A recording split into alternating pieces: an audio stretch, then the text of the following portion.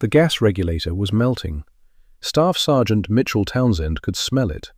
That sweet, acrid scent of superheated copper mixing with cordite and blood. The wire he'd wrapped around his rifle's gas port 6 days ago, purchased for 75 cents from a supply corporal who didn't ask questions, was now operating at temperatures it was never designed to withstand. Through his scope, he watched the North Vietnamese sniper's head disappear in a pink mist at 890 meters. 97 kills in 6 days. The M14 rifle that the Marine Corps said couldn't reach past 500 meters had just made a liar out of every ballistics manual ever written. His spotter, Lance Corporal Franklin Riley, was counting again. The kid from Oregon always counted. 97 confirmed, Sarge. Jesus Christ, 97. Townsend didn't respond. He was watching the wire. In the dim light of the observation post, he could see it beginning to discolor. The copper was turning black at the edges, one section actually separating. Physics didn't care about glory or kill counts. Physics cared about heat dissipation and material stress points. And physics was telling him that his 75-cent miracle was dying. "How many more you think it's good for?" Riley whispered. Townsend ejected the spent cartridge. The brass was hot enough to raise a blister. He chambered another round, feeling the action drag slightly. The reduced gas pressure that gave him the extra 300 meters of range was also preventing the rifle from cycling properly. Every shot now required manual assistance. "None," he said quietly. This was the last one. And it was true. The wire had given everything it had. 6 days of impossible shots. 97 enemy soldiers dead at ranges that shouldn't have been possible. 2,000 American lives saved, though he wouldn't learn that number for another 22 years. The radio crackled. Command wanted them back. The valley below was secure. The regiment was moving forward. The ghost rounds that had been terrorizing Marine positions for 2 months had stopped completely. Riley was already packing the spotting scope. "We did it, Sarge. We actually did it." Townsend looked down at the wire one last time. It had cost 75 cents. In exchange, it had rewritten the rules of engagement for an entire theater of war. But before that wire, before this ridge, before these 6 days of impossible shots, there was something else. There was Mississippi. There was poverty. There was a father who'd fought in a segregated war, and a teacher who'd risked her career to give a black boy forbidden knowledge. And there was a truth that Mitchell Townsend had learned long before he ever touched a military rifle.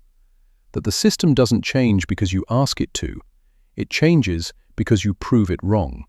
This is his story. 23 years earlier, the red clay of Greenwood, Mississippi was the color of dried blood in the summer heat. Mitchell Townsend was born on April 18, 1944, in a sharecropper's cabin that his family didn't own on land they would never inherit.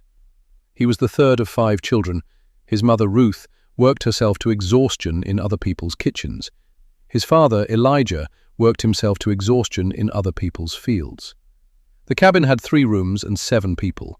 The roof leaked when it rained. The gaps in the walls let in mosquitoes and cold. The outhouse was 30 yards away through mud or dust, depending on the season. This was the segregated South, a world of rigid, uncrossable lines. This was poverty that went bone deep and generation deep. But Elijah Townsend owned one thing that mattered: a rifle. It was a Remington bolt-action, older than Elijah himself, with a stock worn smooth by decades of use and a barrel that had been reblued so many times the metal was thin in places. Elijah had carried a different rifle in World War II, an M1 Garand, fighting with a segregated unit in Europe. He'd fought for freedom in France while signs back home still said "coloured only" and "whites only" over separate water fountains. He'd come home a hero to a country that didn't treat him like one. But he'd brought back something besides memories. He'd brought back an understanding that a man who could shoot straight had a dignity that no sign could take away. And he brought back that Remington, purchased used from a hardware store with his discharge pay, determined to teach his children something the schools never would: self-reliance. Mitchell was 8 years old the first time his father handed him the rifle. It was a Sunday morning in May of 1952. The air was thick and still. Elijah had set up 10 tin cans on a fence post at 50 yards. Mitchell's older brothers had already tried and failed. 2 hits out of 10 shots each. The rifle was heavy. The kick was brutal for boys their size. Elijah didn't mind. He was teaching patience, not marksmanship. Then it was Mitchell's turn. The boy took the rifle. His father hadn't explained stance or breathing or sight alignment. Those lessons came later, Elijah figured. This was just familiarization. Let the boy feel the weight. Let him understand the responsibility. Mitchell settled the stock against his shoulder. His father started to speak, to give him the first instruction, but something stopped him. The way the boy's left hand found the forestock, the way his right cheek naturally found the comb, the way his breathing slowed without being told. It was instinct, pure and inexplicable. Mitchell fired. The first can disappeared. Elijah blinked. Luck, probably. Mitchell worked the bolt. The motion was awkward but determined. He fired again. The second can fell. By the 5th can, Elijah wasn't breathing. By the 9th can, his hands were shaking. Mitchell fired his 10th shot. The 10th can rang and spun and fell, 9 out of 10, at 50 yards, first time touching the rifle. Elijah took the weapon back with trembling hands. He looked at his 8-year-old son. He looked at the fence post with 9 cans scattered in the dust. He looked back at the boy. "Son," he said slowly, "you got something I can't teach. You got something nobody can teach." Mitchell just shrugged.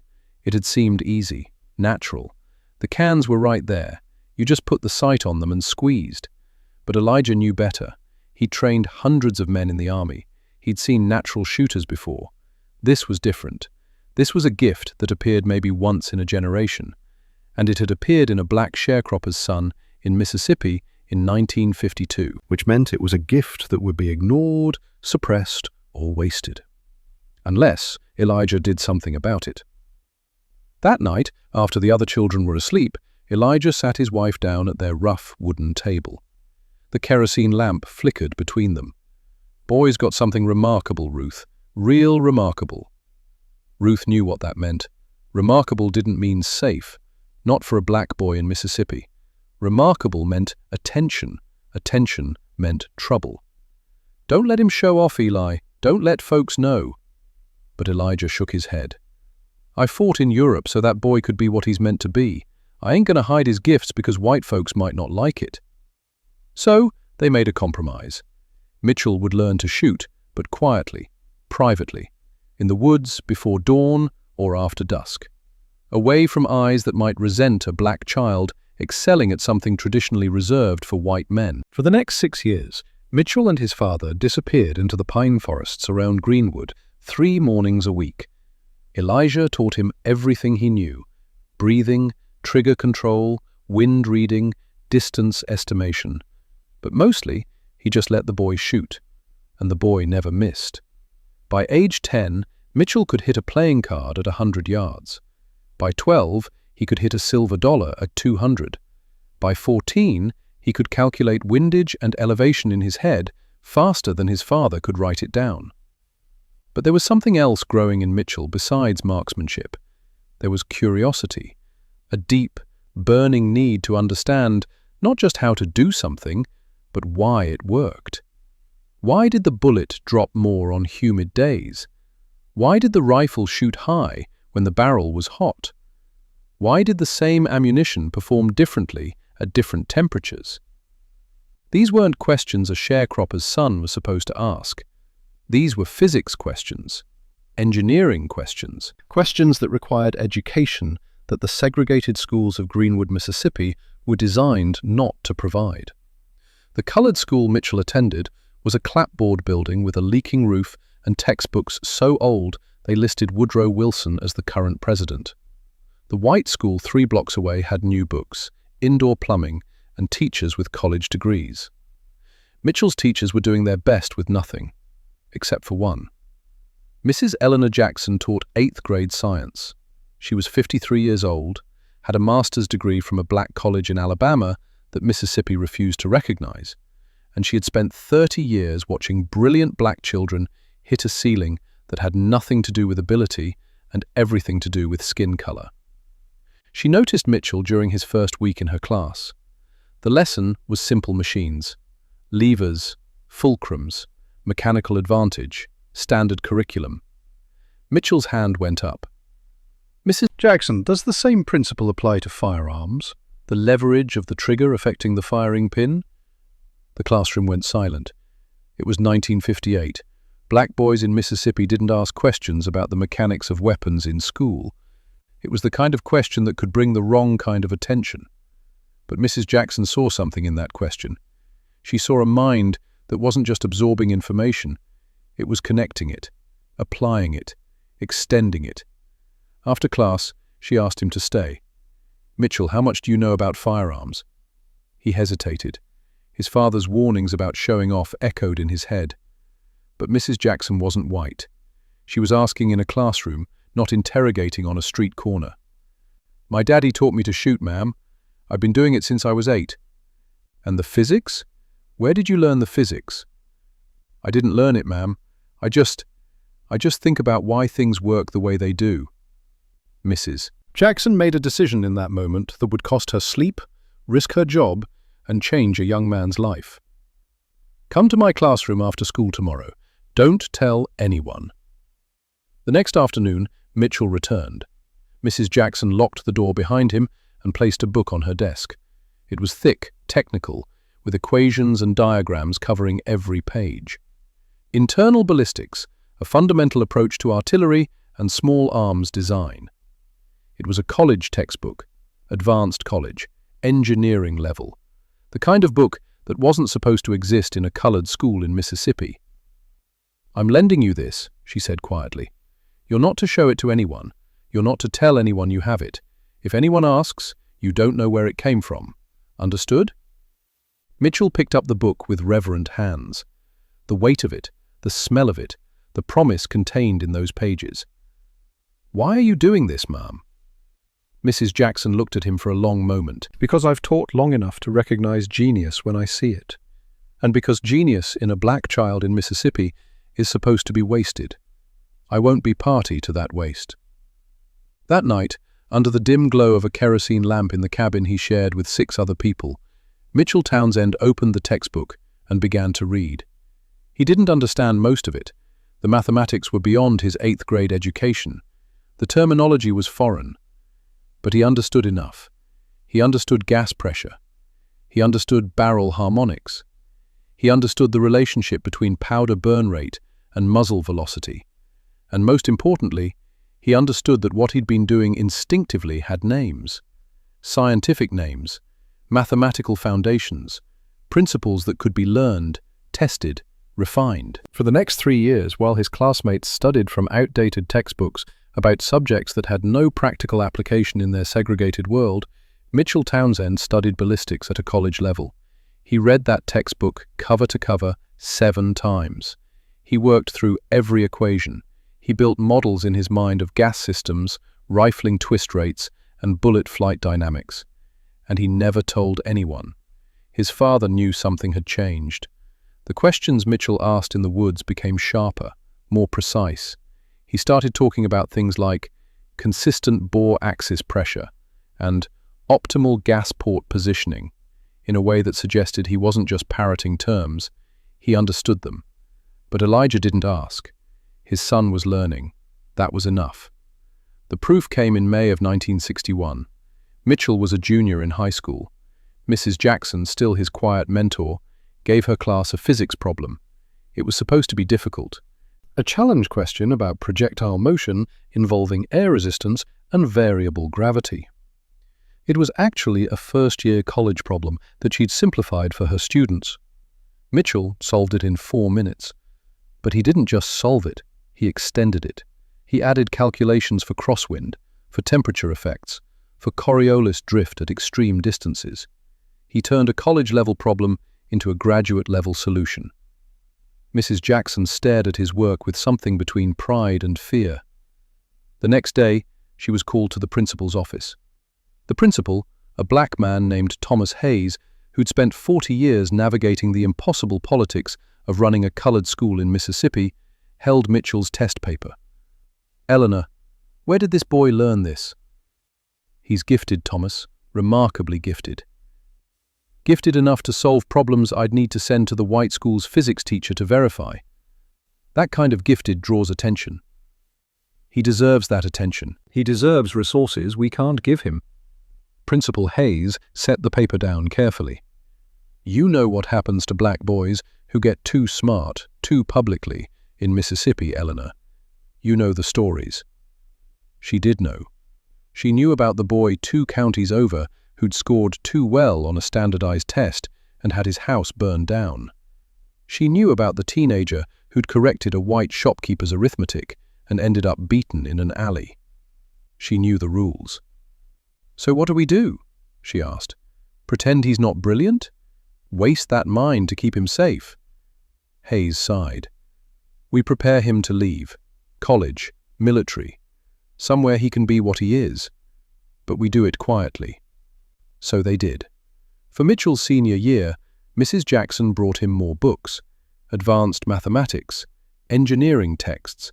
She coached him through college entrance exams. She wrote letters of recommendation to black colleges that might give him scholarship opportunities. But Mitchell had a different idea. In January of 1963, 4 months before his high school graduation, President Kennedy made a speech about the full integration of the armed forces. Not just on paper, like Truman had ordered, real integration, equal opportunity, based on merit. Mitchell listened to that speech on the radio in the cabin. His father was beside him. They didn't speak until it was over. "You thinking what I'm thinking?" Elijah asked. "I'm thinking it's time to see if merit actually matters." His mother cried when he told her. His siblings thought he was crazy. Mrs. Jackson understood, but worried. Principal Hayes shook his hand and said, "Make us proud. Show them what we knew all along." On January 23, 1963, Mitchell Townsend walked into the Marine Corps recruiting office in Greenwood, Mississippi. The recruiter, a white sergeant with a crew cut and a bored expression, looked up. "Help you, boy?" Mitchell set his high school transcript on the desk. It showed perfect grades in mathematics and science. It showed test scores in the top 1%. It showed a young man who should have been heading to college. "I want to enlist." The recruiter glanced at the transcript, then at Mitchell, then back at the transcript. "Why the Marines? You got grades for college. Hell, you got grades for colored college." "Because I'm good with rifles, Sergeant, and I'm tired of being good at something in secret." Something in the recruiter's expression changed. Maybe it was respect. Maybe it was curiosity. Maybe it was just recognition that the young man standing before him wasn't going to be dissuaded. "All right, but I'm going to warn you. Paris Island don't care about your grades, and it especially don't care about colored boys with attitudes. You sure about this?" Mitchell thought about his father's rifle. He thought about Mrs. Jackson's books. He thought about 9 tin cans at 50 yards and a college physics problem solved in 4 minutes. He thought about 20 years of being told, in 1,000 subtle and not-so-subtle ways, what a black boy from Mississippi was and wasn't allowed to be. I'm sure. 6 weeks later, he stepped off a bus at the Marine Corps Recruit Depot, Paris Island, South Carolina. It was March of 1963. The integration of the military was official policy. The reality was about to be tested. The drill instructors were waiting. Staff Sergeant Raymond Wilkins was a 38-year-old veteran of Korea, with a face like weathered granite and a voice that could strip paint. He'd trained thousands of recruits. He had no particular love for integration, no particular hate for it either. He cared about one thing, whether a Marine could fight. That first day, standing at attention in the cold rain, Mitchell heard Wilkins lay out the rules. "I don't care where you came from. I don't care what you did before. Every one of you is equally worthless until you prove otherwise. The Marine Corps wants riflemen. If you can shoot, you matter. If you can't, you don't. Simple as that." Mitchell believed him. That was his first mistake. The second mistake was thinking that official policy meant practical equality. His platoon had 43 recruits. 4 were black. The other 39 were white boys from farms and cities and towns across America, raised with the same casual racism that permeated Mississippi. Some were hostile, most were indifferent, none were friendly. The bunks were assigned alphabetically. Mitchell ended up between two white recruits from Alabama who made it clear, through silence more than words, that they didn't appreciate the arrangement. After the first night, they requested transfers. Denied. After the second night, they started pushing Mitchell toward the end of the barracks, away from them. The drill instructors saw it. They didn't stop it. Not officially. But Wilkins pulled Mitchell aside on the third day. "Townsend, you having problems with your bunkmates?" "No, sir." "You a liar, Townsend?" "No, sir." "Then let me rephrase. Are your bunkmates having problems with you?" Mitchell hesitated. "Yes, sir." "You gonna let that stop you?" "No, sir." Wilkins studied him. "Good, because here's the truth. Some of these boys never met a colored man before, except maybe as a servant. They got ideas. Those ideas ain't going away because I tell them to. But you know what changes ideas? Excellence. You outshoot them, outrun them, outperform them, and their ideas don't matter anymore. You understand?" "Yes, sir." "Outstanding. Now get back to your platoon." The crucible came 2 weeks later, rifle qualification day. Every Marine, regardless of speciality, has to qualify with a rifle. It's sacred. It's fundamental. The range at Paris Island was where boys became Marines or went home. The standard was strict: expert, sharpshooter, or marksman. Anything less than marksman was a failure. Expert required hitting 48 out of 50 targets, had distances from 200 to 500 yards in various positions and conditions. The platoon marched to the range before dawn. The targets were silhouettes. The distances were marked. The scoring was absolute. There was no room for excuses. Mitchell drew his weapon, an M14 rifle, standard issue. He'd never fired one before. He'd trained with the M1 Garand during basic rifle instruction, but that was different. The M14 was newer, semi-automatic, gas-operated, 20-round magazine. He field-stripped it during the preparation period. The other recruits were nervous, chattering, trying to calm their nerves. Mitchell was silent. He was studying the weapon, the gas system, the operating rod, the way the action locked, the harmonics of the barrel. Everything Mrs. Jackson's textbooks had taught him was suddenly perfectly relevant. When his turn came, Staff Sergeant Wilkins was watching. So was most of the platoon. The black recruit from Mississippi, the one who'd been scoring perfect on written tests, the one who kept to himself, the one who'd claimed he could shoot. This was his moment. Mitchell took his position, 200 yards prone, 10 rounds. The target appeared. He breathed. The world narrowed. His finger found the trigger. The rifle spoke. Through the scope, he watched the first round punch through the chest area of the silhouette. The second followed. The third. By the fifth, Wilkins had stopped breathing. By the 10th, the scoring NCO was staring at the target through binoculars with an expression of disbelief. 10 rounds, 10 hits, center mass, at 200 yards. They moved to 300 yards, standing position. More difficult. Wind was picking up. Mitchell adjusted. 10 more rounds, 10 more hits. 400 yards, kneeling. The other recruits were missing. Even the good ones were hitting 6 or 7 out of 10. Mitchell was still perfect. 500 yards, prone, maximum distance. The silhouettes were barely visible. Wind was gusting. Temperature was dropping. Mitchell chambered his first round. He thought about his father, about 9 tin cans, about a teacher who'd risked her job, about 20 years of being told he wasn't enough. He fired. The round hit. By the time he was done, the range had gone silent. 48 out of 50 targets. Expert qualification. The 2 misses were because of ammunition inconsistency at maximum range, not shooter error. The scoring was verified 3 times. No one could believe it. A recruit, on his first live fire qualification, had just shot one of the highest scores in the training battalion. Wilkins walked over slowly. He looked at the target sheets. He looked at Mitchell. He looked back at the sheets. "Private Townsend." "Yes, sir." "Where did you learn to shoot like that?" "My father, sir, started when I was 8. "Your father teach you to shoot that rifle specifically?" "No, sir." "First time I've fired an M14. Wilkins' jaw tightened. He glanced at the other drill instructors. They were watching. The whole platoon was watching.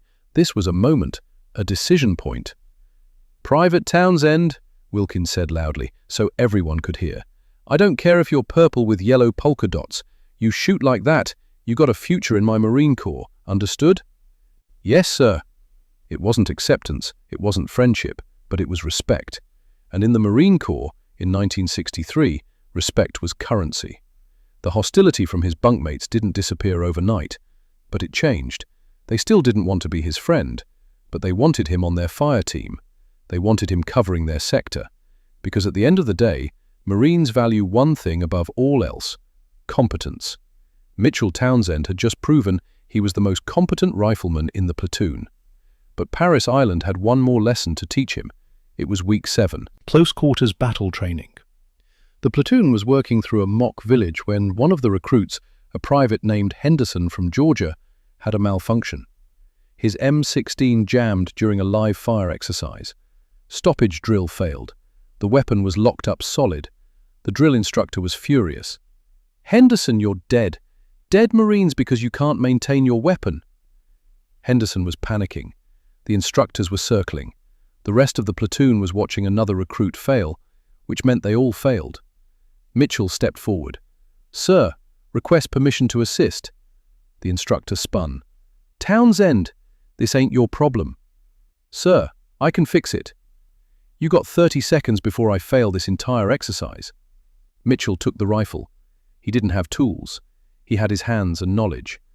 The jam was a double feed complicated by a broken extractor. In daylight, with proper equipment, it was a 10-minute fix. In a dark bunker during a live fire exercise, it was nearly impossible. He cleared it in 28 seconds. The rifle was operational. Henderson stared. The instructor stared. The platoon stared. "How the hell did you do that, Townsend?" "Gas system knowledge, sir. Understood the pressure points. Once you know why it's jammed, you know how to clear it." That night, after lights out, Henderson came to Mitchell's bunk. The Alabama boys who'd refused to speak to him for 6 weeks pretended not to notice. "Townsend, that thing you did today, where'd you learn that?" Mitchell thought about internal ballistics textbooks read by kerosene lamp, about a teacher who'd given him forbidden knowledge, about physics that didn't care about segregation. Books, Henderson, just books and practice. From that moment forward, Mitchell became the platoon's unofficial armorer. When a weapon malfunctioned, they came to him. When a zero was off, they asked him. When the mechanics didn't make sense, He explained it. He graduated from Paris Island in May of 1963, with expert rifle qualification, top marks in weapons maintenance, and a reputation as the best shot in the training battalion. His drill instructor, Staff Sergeant Wilkins, pulled him aside on graduation day. "Townsend, you should be going to Scout Sniper School. You know that, right?" "Yes, sir." "You going to apply?" "Yes, sir." "You know it's not going to be easy. That community, it's tight, old school. They don't like outsiders." Mitchell understood what Wilkins wasn't saying. "They don't like black Marines." "I understand, sir." "Good luck, Private. You're going to need it." The application to Scout Sniper School was submitted in June. The response came in August. Application denied. All available slots filled. Mitchell requested clarification. No response. He applied again during his first deployment. Denied again. insufficient operational experience.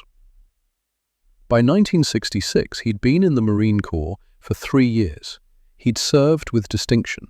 He'd been promoted to corporal, then sergeant, then staff sergeant. He'd qualified expert with every weapon system the Corps used. He'd become the go-to weapons specialist in his infantry battalion. But the door to Scout Sniper School remained closed. The official reasons varied: slots filled, wrong time, insufficient recommendations. But the real reason never changed. The Scout Sniper community in the mid-1960s was a small, insular, almost exclusively white fraternity. Integration might be policy, practice was different. So, Mitchell Townsend served in the infantry. He led fire teams, he maintained weapons, he trained new Marines, and he waited. The deployment orders came in October of 1966. 3rd Battalion, 5th Marines, the famous Dark Horse Battalion. Destination, the northern provinces, a place called Quang Tri. Mitchell had no idea that this deployment would change everything.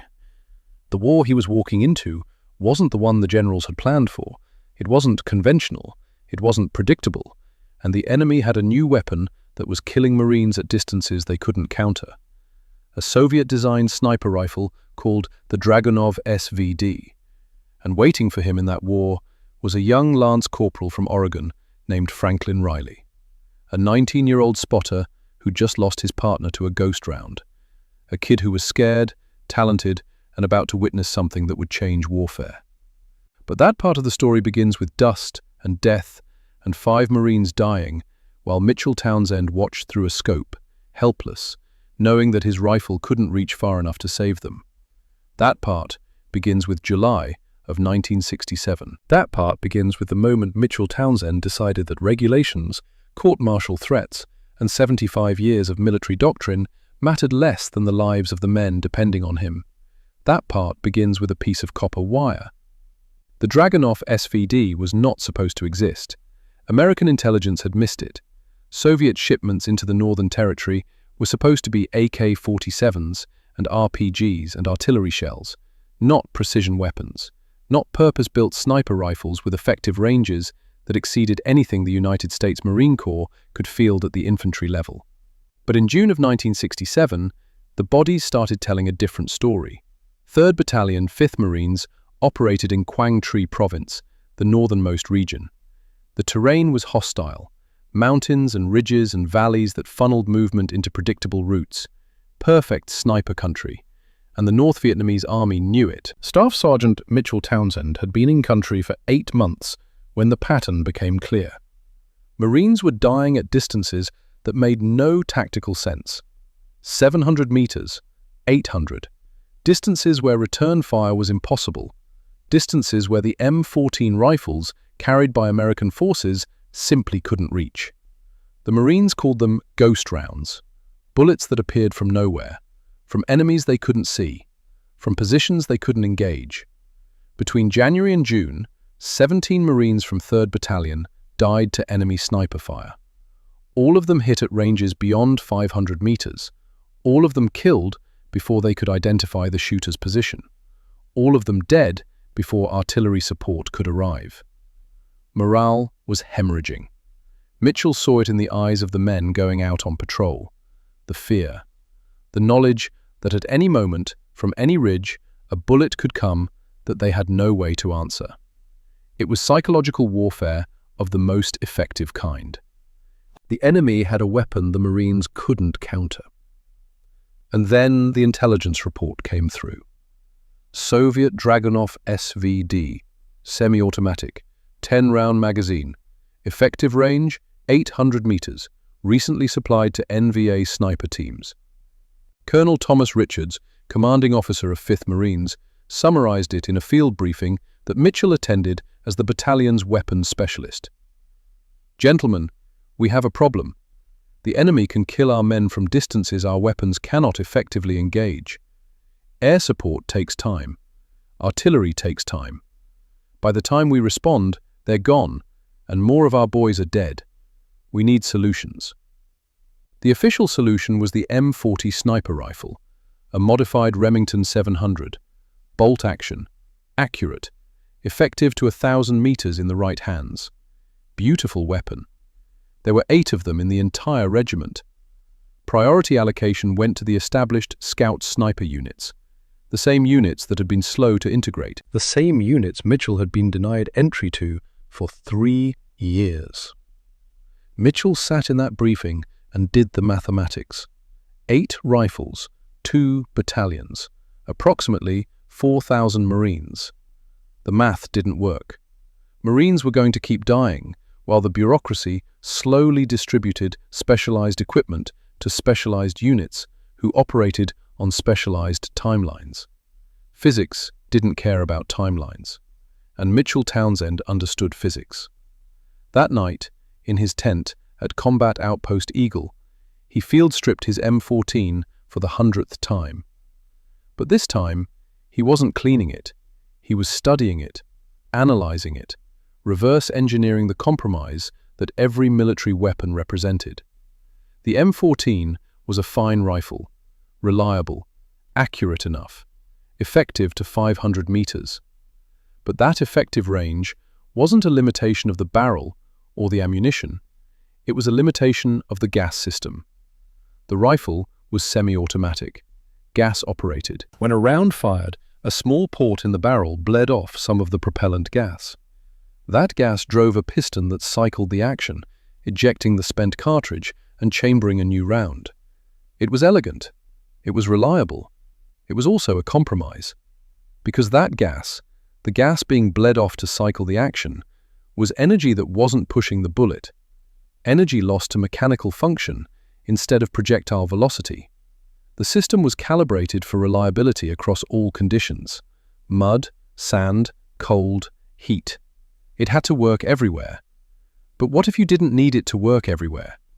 What if you only needed it to work here, in this specific environment, for this specific purpose? What if you could reclaim that lost energy?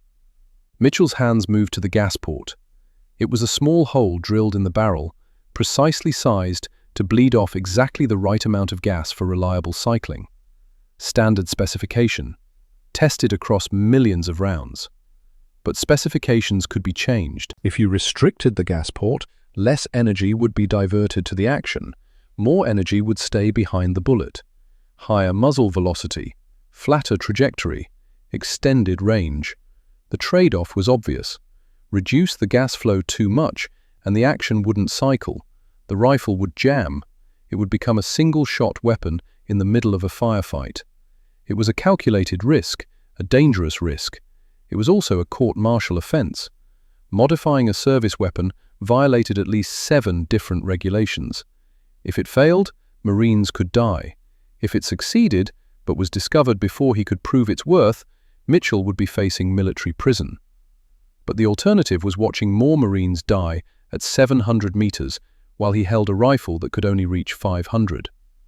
Mitchell looked at the scattered parts of his M14. He thought about Mrs. Jackson's textbook: internal ballistics, gas pressure, muzzle velocity. The physics didn't care about regulations. He made his decision. The next morning, he found Corporal Dennis Martinez in the battalion supply area. Martinez was a 22-year-old Mexican-American from Texas who had a reputation for being able to acquire items that weren't officially available. He also had a reputation for keeping his mouth shut. "Martinez, I need copper wire. 16 gauge. Electrical grade. About 2 feet. Martinez looked up from his inventory sheets. "What for?" "Does it matter?" "Depends on what you're willing to trade." Mitchell had been saving his cigarette ration. He didn't smoke, but cigarettes were currency. 5 packs. Martinez whistled. "Must be important. 5 packs buys a lot more than wire, usually." "The wire's easy. The not asking questions is what costs 5 packs. Something shifted in Martinez's expression. His voice dropped. "You doing something stupid, Townsend?" "I'm doing something necessary." Martinez studied him for a long moment. Then he reached under his desk and pulled out a small coil of copper wire. "My brother died 3 weeks ago. Echo Company. Sniper got him at 600 meters. I never even saw where it came from." Mitchell took the wire slowly. "I'm sorry." "You know what?" Martinez's eyes were hard. "Keep your cigarettes, Townsend. If that wire's for what I think it's for, and if it works, that's payment enough. You make those bastards pay." That night, while the rest of the platoon played cards or wrote letters home, Mitchell retreated to a dark corner of the outpost with his rifle, the wire, and a flashlight. He'd done the calculations 3 times. The gas port needed to be restricted by approximately 40%. Too little restriction, and the range gain would be negligible. Too much, and the action wouldn't cycle at all. He couldn't drill a new port. He couldn't machine custom parts. He had to work with what was available. The solution was crude but functional. He created a sleeve from the copper wire, wrapping it carefully around the gas block to create a partial restriction of the port. 7.5 turns. Each turn calculated, each wrap measured as precisely as he could manage with improvised tools and dim light. It took him 4 hours. When he was done, The modification was almost invisible unless you knew where to look. A slight thickening around the gas block. Copper wire where only steel should be. 75 cents worth of hardware store material on a weapon system that had cost the United States government hundreds of dollars and decades of development. He was reassembling the rifle when a shadow fell across his work. Lance Corporal Franklin Riley stood there, eyes wide in the flashlight beam. Riley was 19 years old, skinny kid from Oregon, talented spotter with a gift for reading wind, but a nervous disposition that had earned him the nickname Jumpy. His previous partner had been killed by a sniper round 3 weeks earlier. The bullet had come through the scope while the Marine was observing an enemy position. Instant death. Riley had been lying right next to him. The kid had been rattled ever since. "Sarge," Riley whispered, his voice barely audible. "What are you doing to that rifle?" Mitchell considered lying, but Riley would be his spotter, the man whose job was to call wind and distance and keep him alive. He deserved the truth. "I'm changing the rules, Riley." That's a service weapon. You can't modify a service weapon. That's a court-martial. That's prison, Sarge." "Only if it doesn't work." Riley's hands were shaking. "And if it does work, then maybe we stop watching Marines die at ranges we can't engage." The younger Marine stared at the wire, at the rifle, at Mitchell. "You're out of your mind. You know that. They'll bust you down to private. They'll throw you in the brig. They'll end your career." Mitchell clicked the trigger guard back into place. The sound was sharp in the quiet night. "My career doesn't matter if good Marines keep dying because we're following rules that don't match reality." "Jesus Christ, Sarge, if that thing blows up in your face, then you drag my body back and tell them I was a fool. But if it works, Riley, if it actually works, then maybe you won't have to watch another partner die through a scope." Riley went pale. The memory was still too fresh. His voice came out strangled.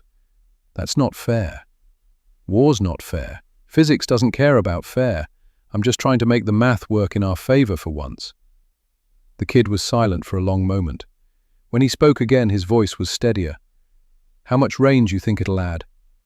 "If my calculations are right, 200 to 300 meters. That puts us even with the Dragunov." "That's the idea. And if your calculations are wrong?" Mitchell looked down at the rifle. At 75 cents of copper wire wrapped around a gas system that controlled the fate of every round that rifle would fire. "Then I guess I'll find out the hard way." Riley shook his head slowly. "I'm going to be there when you test it, aren't I?" "You're my spotter." "Yeah, that's what I was afraid of."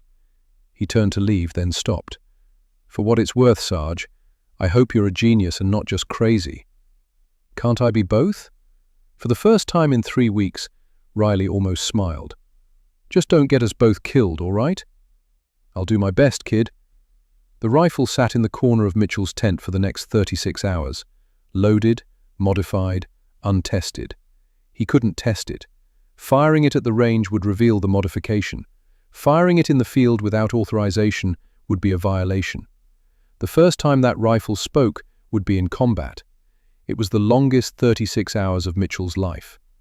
The briefing came at 0500 on August 7th, 1967. Captain Gerald Morrison laid out the situation with the flat precision of a man who delivered too many bad news briefings.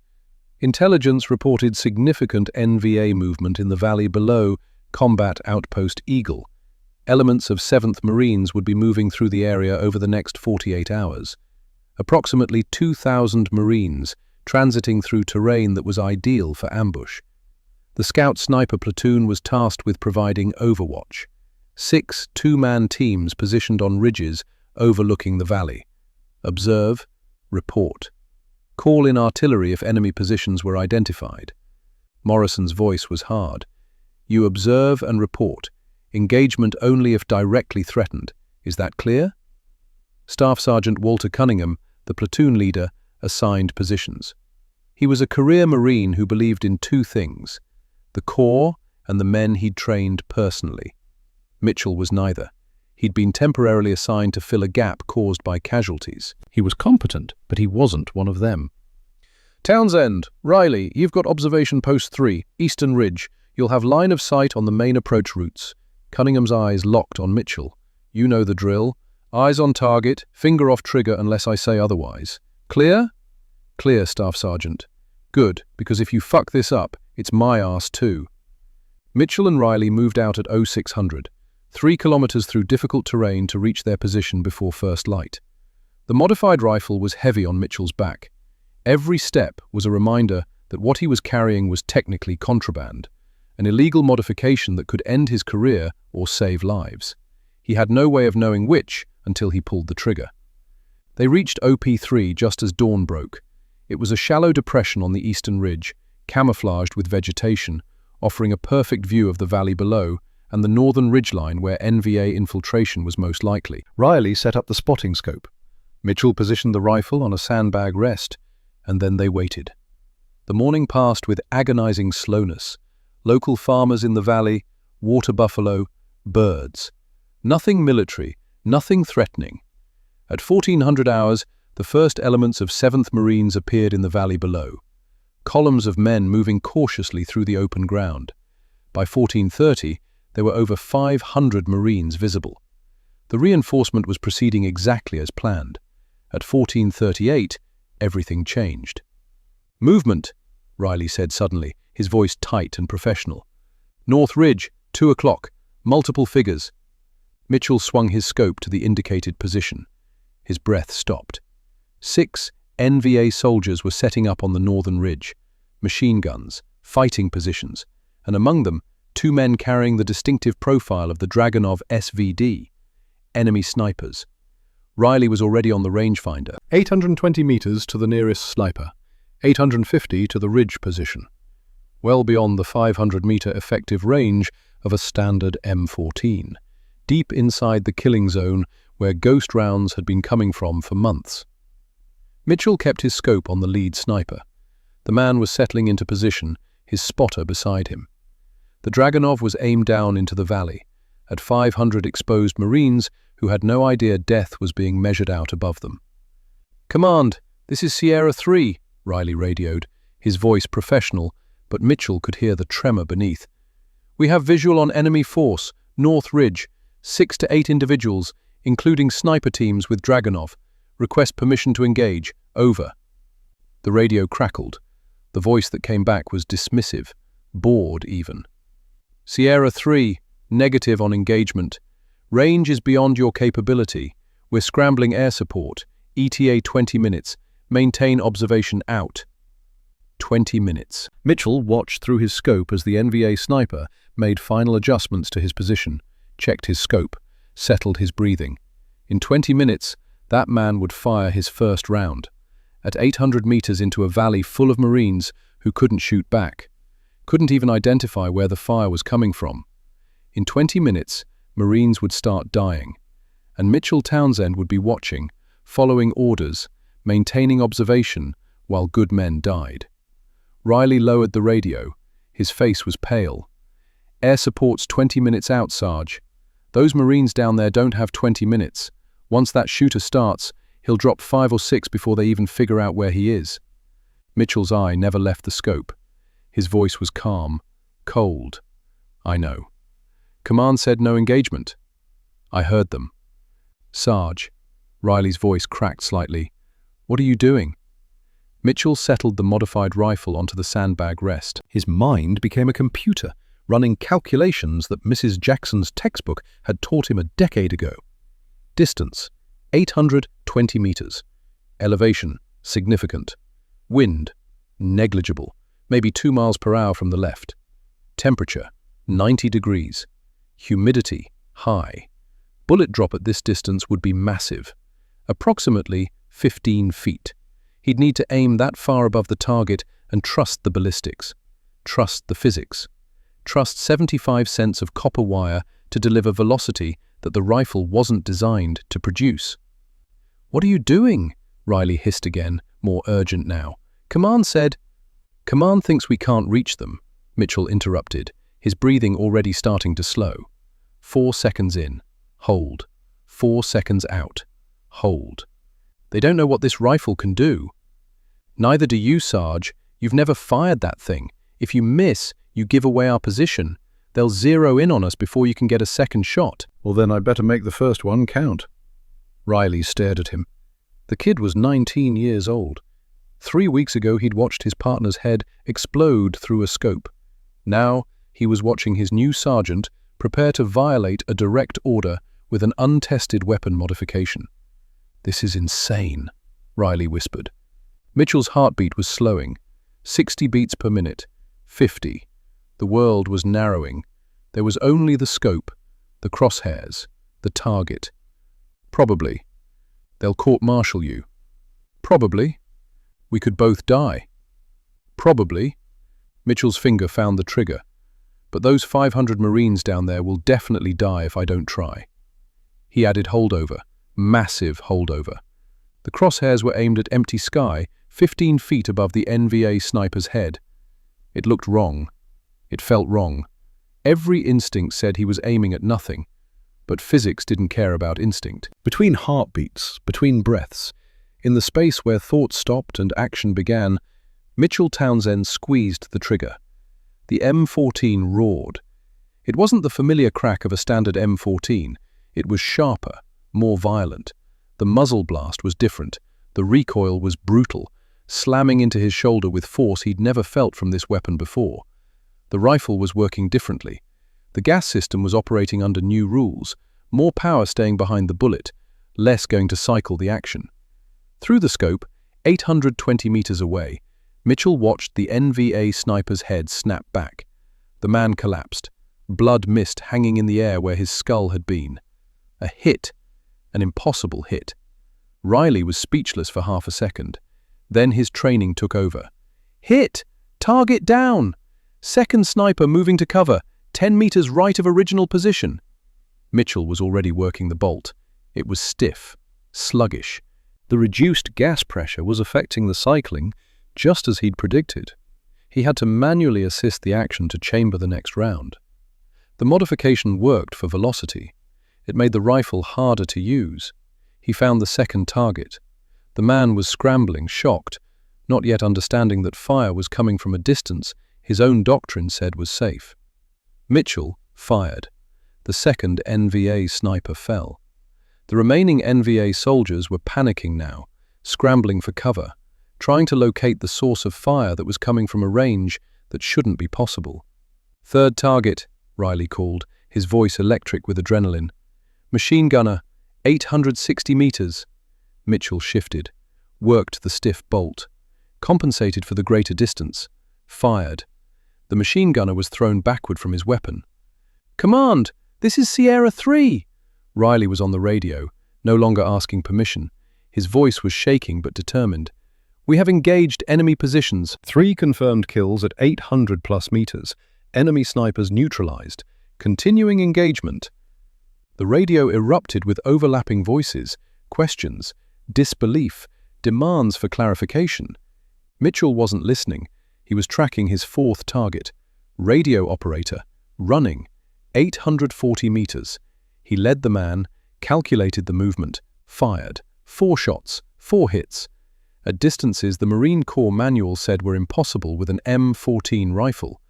The remaining NVA soldiers vanished, dragging their wounded, abandoning their positions. The Dragunov rifles that had terrorized 3rd Battalion for 2 months were left behind on the ridge. In the valley below, 500 Marines continued their march, completely unaware that they'd just been saved by a staff sergeant with a piece of copper wire and the willingness to break every rule that mattered. Riley lowered the radio. His hands were shaking badly now. "Command wants us back at the OP immediately." "Captain Morrison he doesn't sound happy, Sarge." Mitchell carefully wiped down the rifle. The barrel was hot. The gas system was stressed. The copper wire had held, but he could smell the heat. "Did you tell them about the modification?"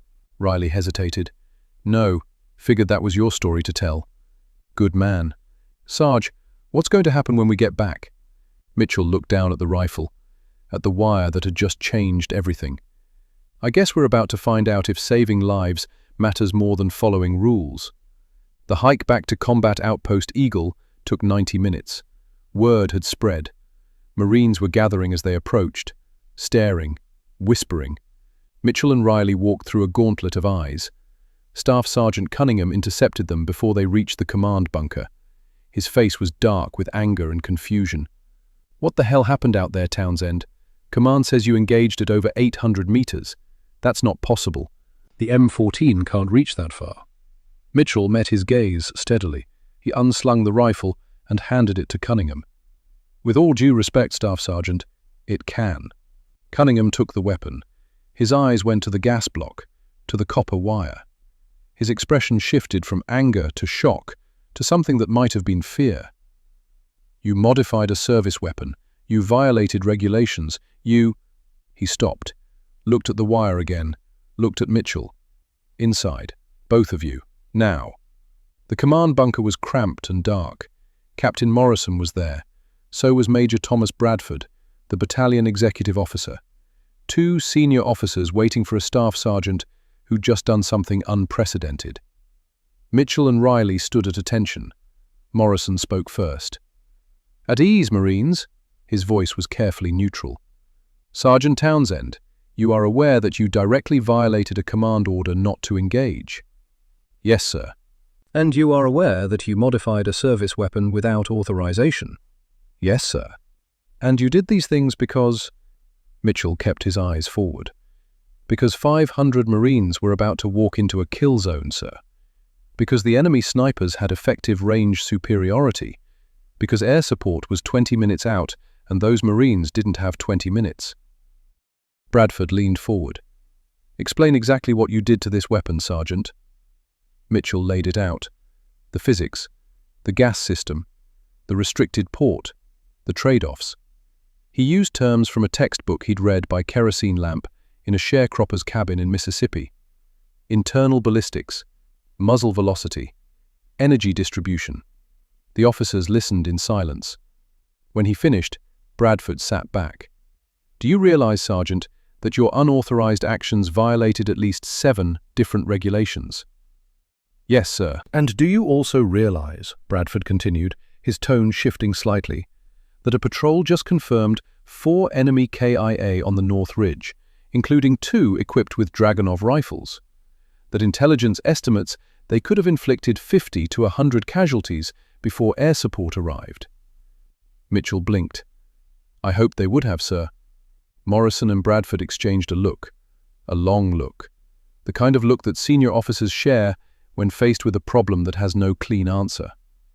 Bradford spoke carefully. "Here's the situation, Sergeant Townsend. Officially, what you did cannot be condoned. Unofficially, what you did may have saved dozens or hundreds of lives. This puts us in a difficult position." "Sir? We can't let every Marine start modifying weapons, but we also can't ignore a modification that clearly works. So here's what's going to happen." Bradford stood. "Effective immediately, you are assigned to Battalion Armory on special duty. You will work with our weapons specialists to refine and test this modification properly. If it proves viable, we'll submit it through proper channels. And as for your unauthorized actions," Morrison added, "there will be an official reprimand in your file." Mitchell's heart sank. A reprimand would follow him for his entire career. Bradford smiled slightly. "However, you'll find that reprimand carries very little weight when it's accompanied by a Navy Achievement Medal for innovation under fire." The world tilted. "Sir?" "Dismissed, Sergeant. Get that rifle to the armory. We have work to do." Outside the bunker, Riley was waiting. His nervousness had been replaced by something like awe. "What happened?" Mitchell looked at the rifle in his hands, at 75 cents of copper wire that had just rewritten doctrine. "I think I just got promoted and demoted at the same time." Riley actually laughed. It was the first time Mitchell had heard him laugh since his partner died. "Only you, Sarge. Only you." But the wire's work wasn't done. Over the next 5 days, Mitchell Townsend and his modified M14 became a legend that whispered through 3rd Battalion. Day 2, August 8th. Mitchell and Riley returned to Overwatch positions. The NVA hadn't yet realized what had changed. 18 kills, ranges from 740 to 850 meters. The gas regulator held. The rifle cycled sluggishly but reliably. Riley was getting better at calling wind at extreme distances. "You're a natural at this, kid," Mitchell told him after their sixth confirmed kill. "I'm just scared of missing," Riley admitted. "Scared that you'll take a shot based on my numbers and it won't connect. Then we'll adjust and shoot again. That's how it works." But they didn't miss, not once that day. Day 3, August 9th, 23 kills. The copper wire was getting hot. Mitchell could feel it through the handguard between shots. By the 15th kill, Riley noticed, "Sarge, is that wire smoking?" It was. Faint wisps. The heat was breaking down the copper. They took turns. After every 5 shots, Riley would swap in a fresh wire wrap that Mitchell had prepared the night before. 30 seconds with tools. Crude field maintenance of a modification that wasn't supposed to exist. It worked. The NVA were confused now. Radio intercepts showed it. Reports of American snipers with new weapons and impossible range. Enemy sniper doctrine was being rewritten in real time. Day 4, August 10th. The NVA brought in counter-snipers. Mitchell was lining up his 7th shot of the day, an officer at 830 meters, when Riley screamed, "Incoming!" The bullet passed through the space where Mitchell's head had been 1 second earlier. It punched through his helmet, which he'd placed on a stick as a decoy after the 3rd day. The helmet spun and clattered. Riley's face was white. "They've got our position. Dragonoff, North Ridge, 900 meters. 900 meters. 50 meters beyond Mitchell's maximum confirmed range. Can you hit that?" Riley's voice was shaking. Mitchell's hands were steady as he chambered around. The wire was hot. The action was stiff. 900 meters was theory, hypothesis, a calculation he'd made in his tent but never proven. He aimed what felt like 20 feet above the distant figure. Adjusted for distance he couldn't quite measure. Trusted physics he'd learned from a forbidden textbook. He fired. Through the scope, impossibly far away, the counter-sniper fell. Riley was staring at him with something beyond awe, something like fear. That was 900 meters. That was luck and physics, kid. Don't let it go to your head. But it wasn't luck. It was copper wire and mathematics, and a sharecropper's son who understood ballistics better than the engineers who designed the rifle. 29 kills that day. A new single-day record. The wire had to be replaced 4 times. By the end of it, Mitchell's shoulder was bruised purple from the violent recoil. That night, Riley asked him quietly, "How many people you think we saved today?" Mitchell cleaned the rifle slowly. "I don't know, kid. I'm just trying to make sure nobody else has to watch what you watched 3 weeks ago." Riley was silent for a long moment, then, "Thank you, Sarge." Day 5, August 11th. NVA tactics were changing. Sniper teams were withdrawing. They'd stopped relying on range advantage. 16 kills, most at distances under 700 meters, because the enemy wasn't setting up in their old positions anymore. "They're scared," Riley observed. "They don't know what we've got, but they know it reaches farther than it should." Intelligence confirmed it that night. Enemy radio intercepts showed confusion.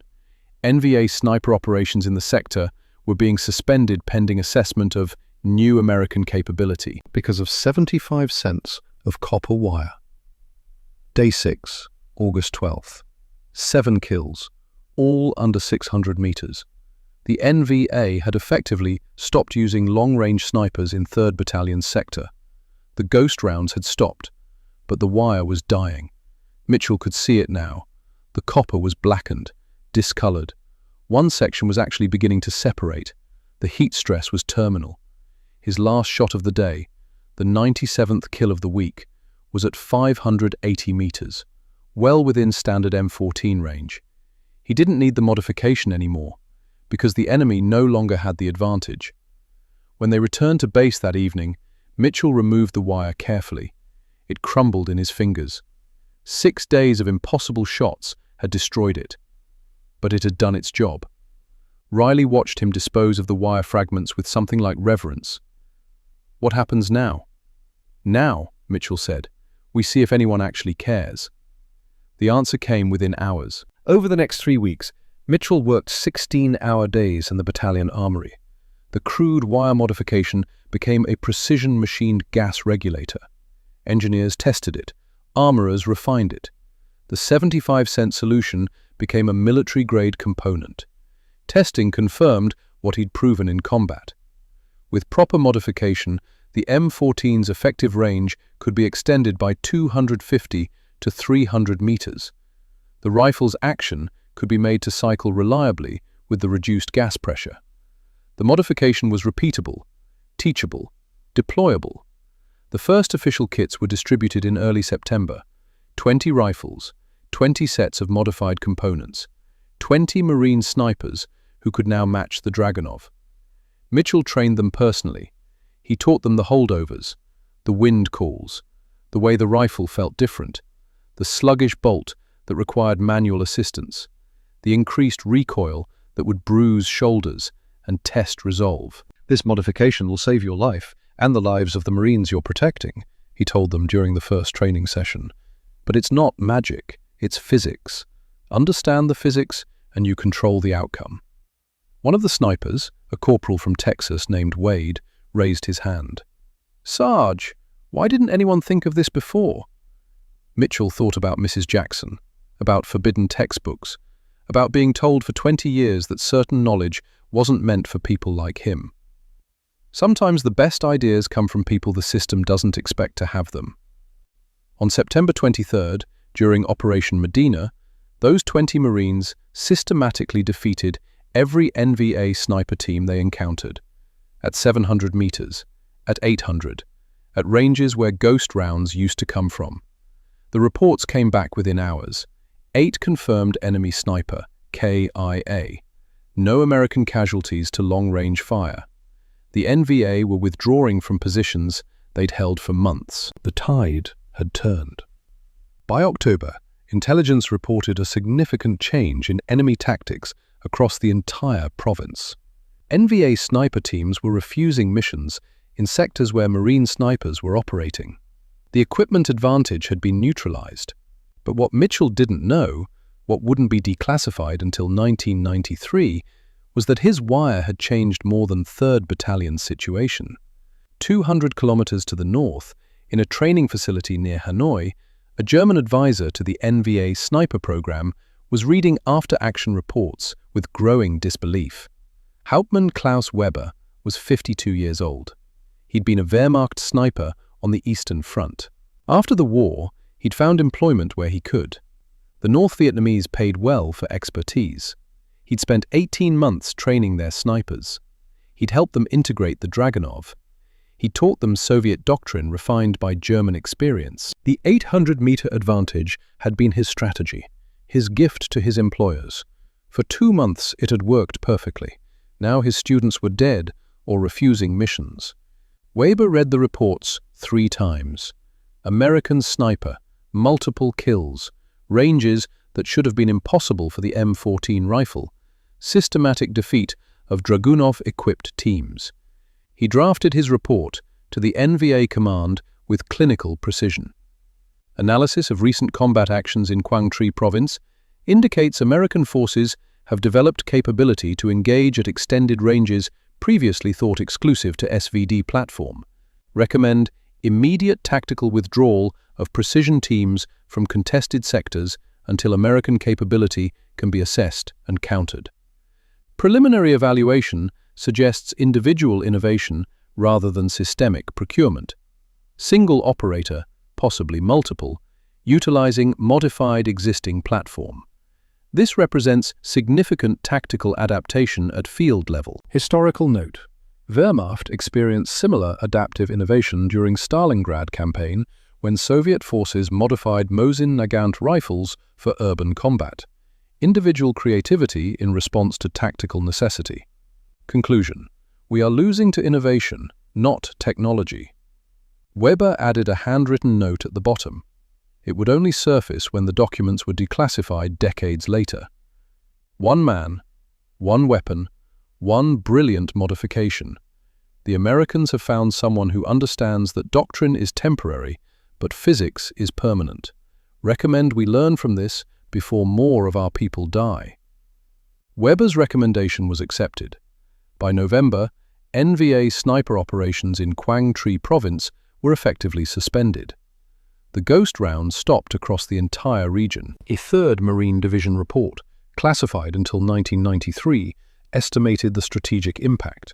Implementation of extended-range modifications to M14 platform has neutralized enemy sniper advantage in northern provinces.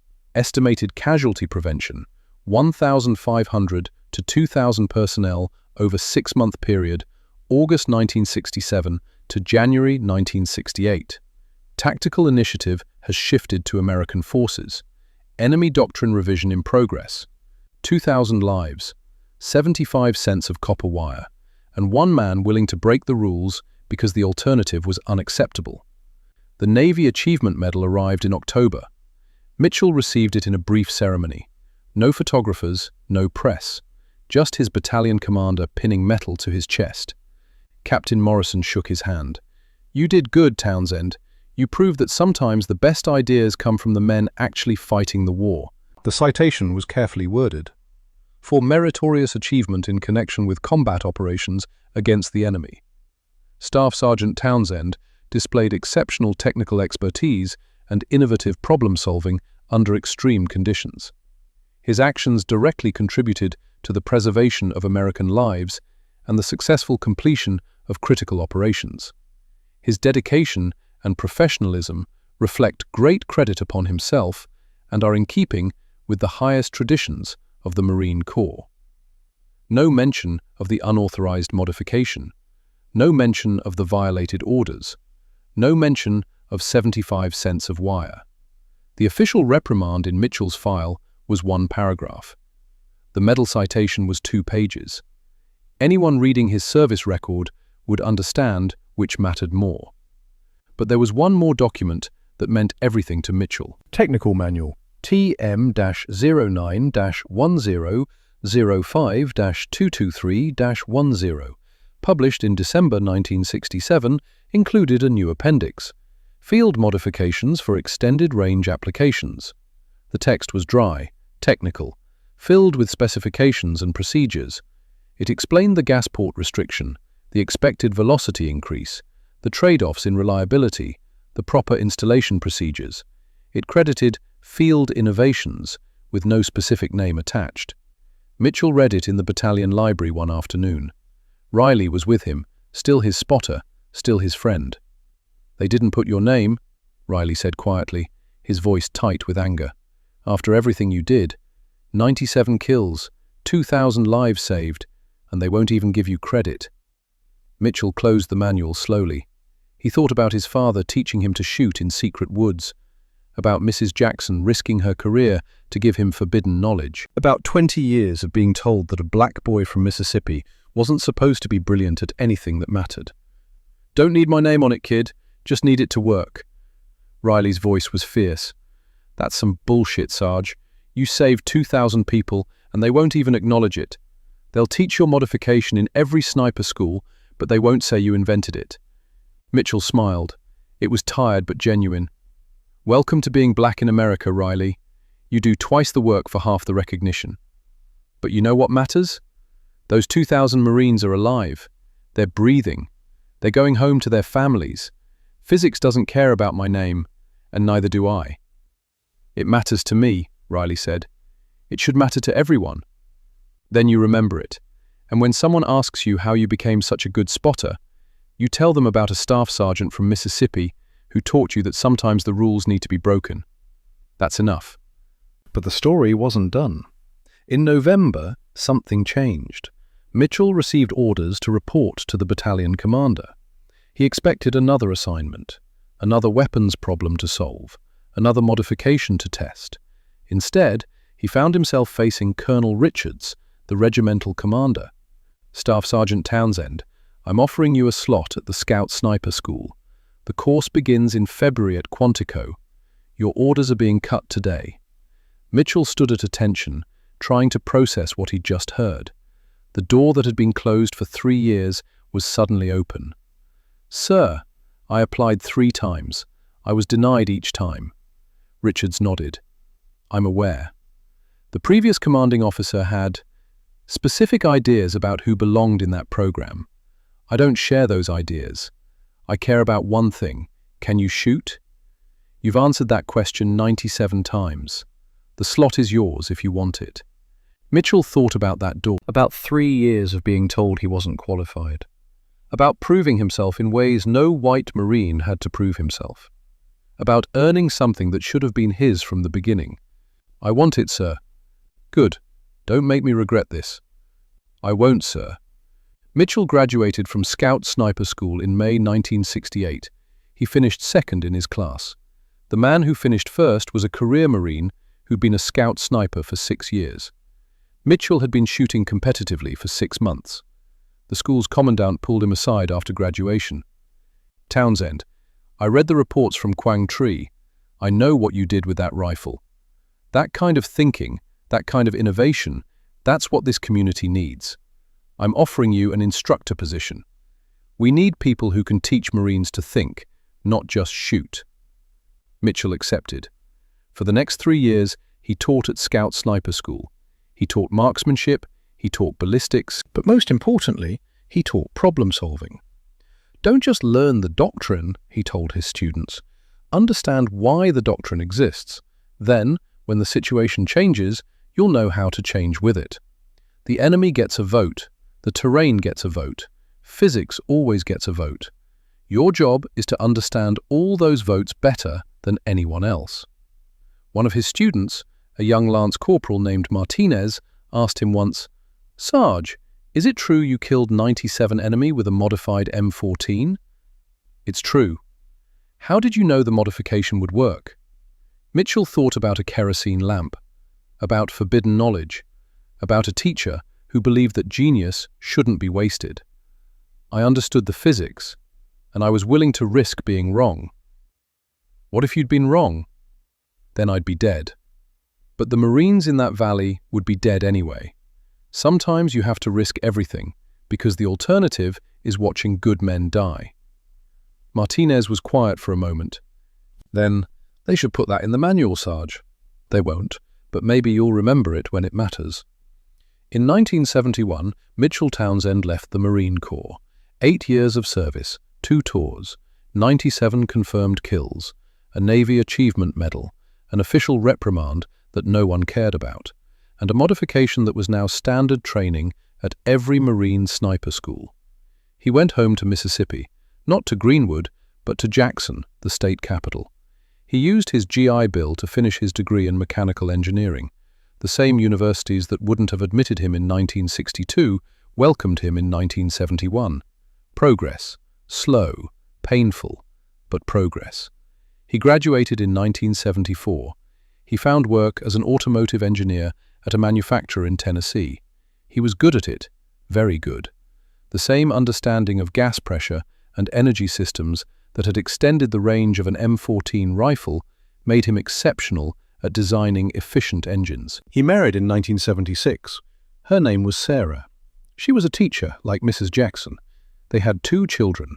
He taught them to shoot, like his father had taught him. But he taught them in the open, at proper ranges, with no need to hide. Progress. The years passed quietly. He worked. He provided. He raised his children. He didn't talk about the war much. When people asked if he'd served, he said yes. When they asked what he'd done, he said he'd been an infantryman. It was true enough. The wire modification was taught at Scout Sniper School. Marines learned to extend the range of their rifles. The technique was refined, improved, but it was always anonymous. Field innovations. No name, no credit. Mitchell didn't mind. The work had been done.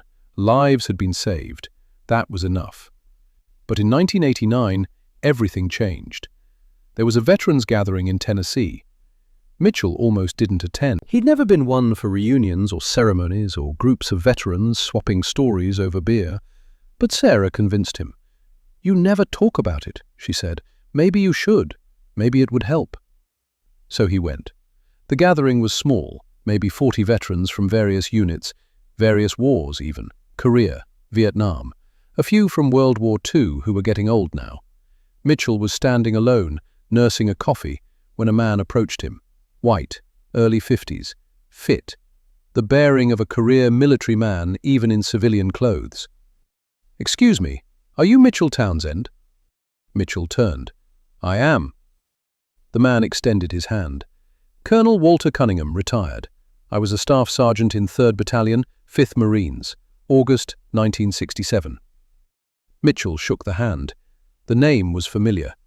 The face wasn't. 22 years changed faces. I remember the name, sir. You were the platoon leader. Cunningham's grip tightened. You're the wireman. The word hung in the air. The wireman. Mitchell had never heard that term before. Sir? That's what they call you in the sniper community. The wireman, the man who changed everything with 75 cents of copper wire. Cunningham's voice was intense. Do you have any idea how many Marines are alive because of you? Mitchell had heard the number, 2,000. But hearing it in a field report was different than hearing it from a man staring into his eyes with the weight of personal knowledge. I did what needed to be done, sir. No, Cunningham shook his head. You did what no one else thought of. You saw a problem that was killing Marines, and you solved it. Do you know I teach a class now? At the War College, about tactical innovation, about empowering junior leaders. Your wire is the case study, the example of what's possible when we let smart people solve problems instead of waiting for perfect solutions from headquarters. Mitchell didn't know what to say. Cunningham continued, I'm writing a paper about it, about the Townsend modification. It's going to be published in the Marine Corps Gazette. I came here specifically to find you, to get your story, to make sure people know your name. Sir, I don't need... It's not about what you need, it's about what's right. Cunningham pulled out a notebook. Will you tell me the story? The real story? Not the sanitized version in the technical manuals. They talked for 3 hours. Mitchell told him about Mrs. Jackson, about the forbidden textbook, about 9 tin cans at 50 yards, about Paris Island and the door that wouldn't open, about Martinez and the wire, and Riley and the 6 days that changed everything. Cunningham took notes, asked questions, pushed for details. When Mitchell was done, the colonel sat back. This needs to be told. People need to know that genius doesn't come from where we expect it, that some of our best innovations come from people the system tried to keep out. I don't know if I want that attention, sir. Cunningham smiled. Too late. The story's too good and too important. The Marine Corps needs to know that sometimes the best ideas come from the bottom up, that we need to listen to our sergeants and corporals and lance corporals. That rank doesn't equal innovation. The paper was published in March 1991 in the Marine Corps Gazette. The Townsend Modification, Innovation Under Fire. It told the whole story. The childhood in Mississippi, the teacher who risked everything, the talent that was denied, the wire that saved 2,000 lives, and the man who proved that genius doesn't wait for permission. The response was immediate. Letters came from Marines across the country, from veterans who'd served in Vietnam, from active duty snipers who'd learned the modification without knowing its origin, from officers who saw the strategic implications, from historians who recognized the significance. Mitchell Townsend, the man who'd gone 30 years without recognition, was suddenly famous in the military community. The Marine Corps responded officially in June 1991. A letter from the commandant arrived at Mitchell's home in Tennessee. Staff Sergeant Townsend, it has come to our attention that your contributions to Marine Corps combat effectiveness have not been adequately recognized. We would like to correct that oversight. In September 1991, Mitchell was invited to Quantico as a guest of honor. The invitation included travel for his entire family, Sarah, his children, now grown. They would attend a ceremony at the Scout Sniper School. Mitchell almost declined. He'd built a quiet life. He didn't need ceremonies or recognition. But Sarah convinced him again. They're not doing this for you, she said. They're doing it because other Marines need to see that the system can admit when it's wrong. Go. Let them make it right. They flew to Virginia in late September. The ceremony was scheduled for a Friday afternoon. Mitchell expected something small, a brief presentation, maybe a plaque, something he could accept graciously and then return to his quiet life. He was wrong. The ceremony was held at the Scout Sniper School's main auditorium. When Mitchell and his family arrived, the parking lot was full. He could hear voices inside, many voices. They were escorted to a waiting room. A Marine major was there, young and professional. Staff Sergeant Townsend, there are approximately 200 Marines in that auditorium, active duty scout snipers, instructors, some veterans who wanted to be here. They're all here for you. Mitchell's chest tightened. Sir, You don't have to say anything if you don't want to, but they need to see you. They need to know that what you did matters, that innovation matters, that thinking matters. The Major led them to the stage entrance. Mitchell could hear the commandant of the school speaking. A man who proved that the best solutions sometimes come from unexpected places. A man who saved 2,000 lives with 75 cents of wire and the courage to break the rules when the rules were wrong. Ladies and gentlemen, Staff Sergeant Mitchell Townsend. The applause started before Mitchell stepped onto the stage. It grew louder as he walked to the podium. 200 Marines standing, applauding. Some were crying. Some were just staring with the intensity of men who understood exactly what he'd done and what it had cost. Riley was there, front row, older now, graying, but still the kid from Oregon who'd been his spotter, who'd watched him take that first impossible shot, who'd believed in physics and 75 cents of wire. The commandant presented Mitchell with a plaque. It was simple, black walnut, brass plate, and in the center, embedded in clear acrylic, a piece of copper wire. The inscription read, Staff Sergeant Mitchell Townsend, United States Marine Corps, the Wireman. Sometimes courage means knowing when not to follow orders. 97 confirmed, 2,000 saved. Semper Fidelis. Mitchell took the plaque with shaking hands. He looked at the wire. It was new wire, obviously. The original had crumbled in his fingers in 1967. But it represented something larger than itself.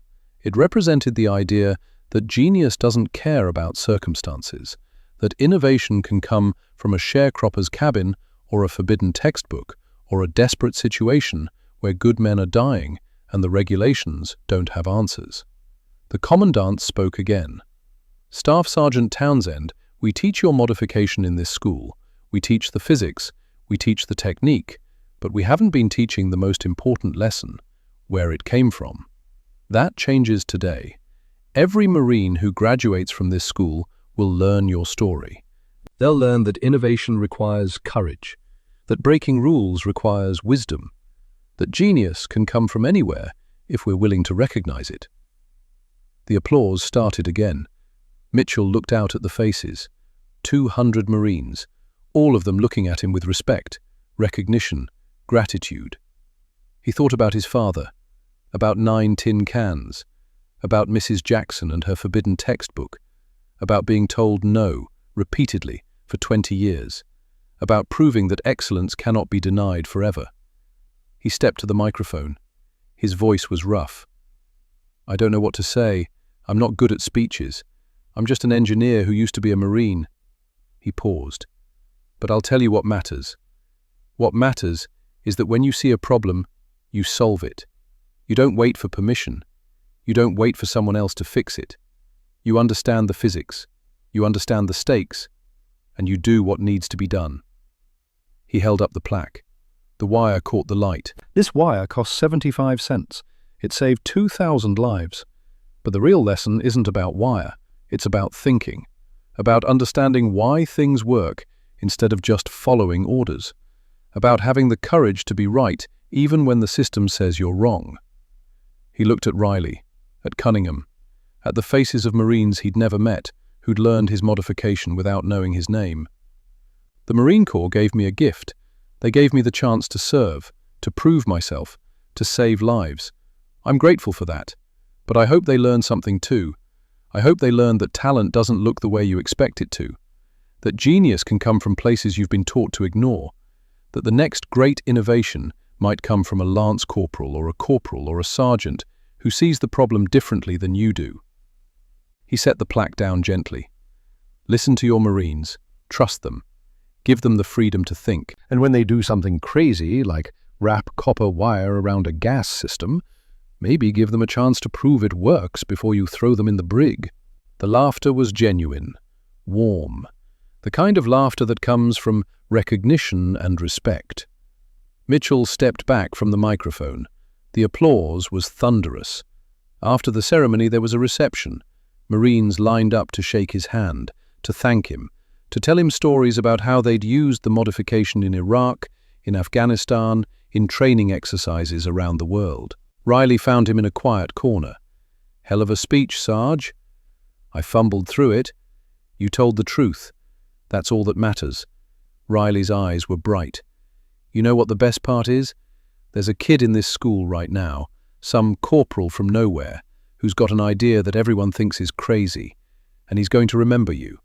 He's going to remember that sometimes crazy ideas save 2,000 lives, and maybe, just maybe, he'll have the courage to try it." Mitchell nodded slowly. "That's worth more than any plaque." "Damn right it is." Mitchell Townsend left Quantico with his plaque and his family and his memories. He returned to Tennessee, to his engineering job, to his quiet life. But the story didn't end there. Over the next 20 years, Mitchell received letters, hundreds of them, from Marines who'd learned his story, from historians who wanted interviews, from engineers who wanted to understand the physics, from teachers who used his story in their classrooms, from black students who needed to know that someone who looked like them had changed warfare with physics and courage. He answered them all. He told his story. He encouraged them to think, to question, to innovate. He retired from engineering in 2006. He spent his retirement doing what his father had done, teaching. He volunteered at a local high school, physics, mathematics. He found the students who were struggling, who felt like they didn't belong, who needed someone to believe in them. He became Mrs. Jackson. In 2010, at the age of 66, Mitchell was diagnosed with lung cancer. The doctors said it might have been from exposure to rifle propellant, decades of breathing cordite and gun smoke. They gave him 2 years. He lived 14 months. In his final weeks, Riley came to visit. The kid from Oregon was grey now, retired, grandfather, but still the same nervous energy. "You doing okay, Sarge?" "I'm dying, Riley, but I'm okay." They sat together in the hospice room, quiet, comfortable in the silence the way only old soldiers can be. "You ever regret it?" Riley asked. "The wire, the court-martial threat, all of it." Mitchell thought about that question. He thought about 97 kills, about 2,000 lives, about students he'd taught, about innovations that have been inspired by his example. No, not for a second. "I did what I was born to do. I used my gift. I saved lives. That's enough." "It's more than enough, Sarge. It's everything." Mitchell Townsend died on March 3, 2011, surrounded by his family. He was 66 years old. His obituary in the local paper was brief. Mitchell Townsend, 66, engineer and Marine Corps veteran, survived by his wife Sarah, 2 children and 4 grandchildren. No mention of the wire, no mention of 97 kills, no mention of 2,000 lives saved. But, in the Marine Corps Gazette, the obituary was different. Staff Sergeant Mitchell Townsend, USMC retired, the wireman. Proof that genius doesn't wait for permission. Semper Fidelis. His funeral was attended by over 300 people, Marines in dress blues, students he'd taught, engineers he'd worked with, and Riley, who gave the eulogy. Mitchell Townsend was my sergeant, my friend, my hero. He taught me that physics doesn't care about rules, that courage means being willing to be right when everyone says you're wrong. That 75 cents of wire can change the world if you understand why. Riley's voice broke. He saved my life. He saved 2,000 lives. But more than that, he proved that excellence cannot be denied, that genius comes from unexpected places, that a black kid from Mississippi with a forbidden textbook can change warfare and save a generation of Marines. Riley held up a piece of copper wire. This is what revolution looks like. This is what courage looks like.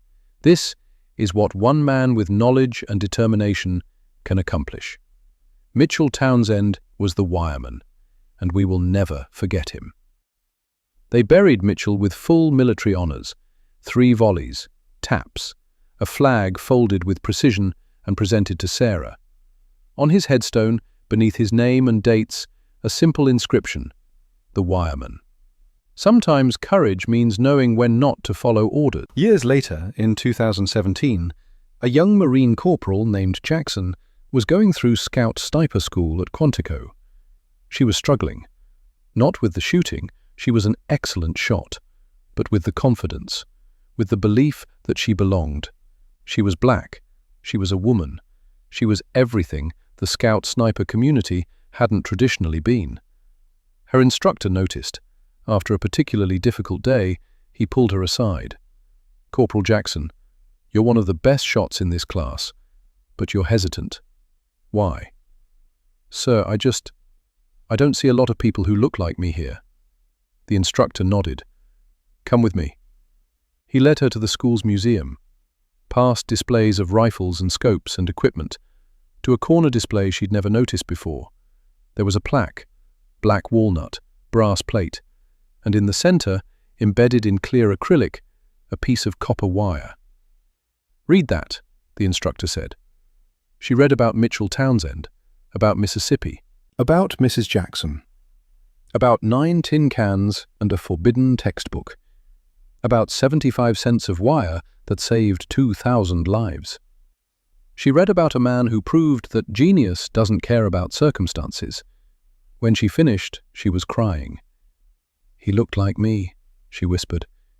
"He did, and he changed everything, with physics and courage and a refusal to accept that rules mattered more than lives." The instructor's voice was firm. "You belong here, Corporal Jackson, not despite who you are, but because of who you are. Because different perspectives see different solutions. Because the next great innovation might come from you." He pointed at the wire. "That's your legacy. That's what you're inheriting. The wireman proved that excellence cannot be denied. Now it's your turn to prove it again." Corporal Jackson graduated second in her class. She went on to become one of the most effective scout snipers in the Marine Corps. She taught others. She innovated. She pushed boundaries. And when someone asked her why she became a sniper, she told them about a man named Mitchell Townsend, about 75 cents of copper wire, about physics and courage, and the refusal to accept that the system knows better than reality. The story continues. In every Marine who learns the Townsend modification, in every sniper who extends their range and saves lives, in every person who looks at rules and says, "Maybe there's a better way," in every student who finds a teacher willing to risk everything to unlock their potential, in every innovator who proves that genius doesn't wait for permission. Mitchell Townsend died in 2011, but the wireman lives forever, in the physics that doesn't care about circumstances, in the courage to break rules when lives are at stake, in the truth that excellence, once proven, cannot be denied. 75 cents of copper wire changed warfare. But the real legacy is this. One man proved that the system doesn't define what's possible. You do. The Marine Corps teaches the Townsend modification to this day. They teach the physics, they teach the technique, and now they teach the name. Mitchell Townsend, the wireman, the man who proved that genius doesn't wait for permission. Semper Fidelis.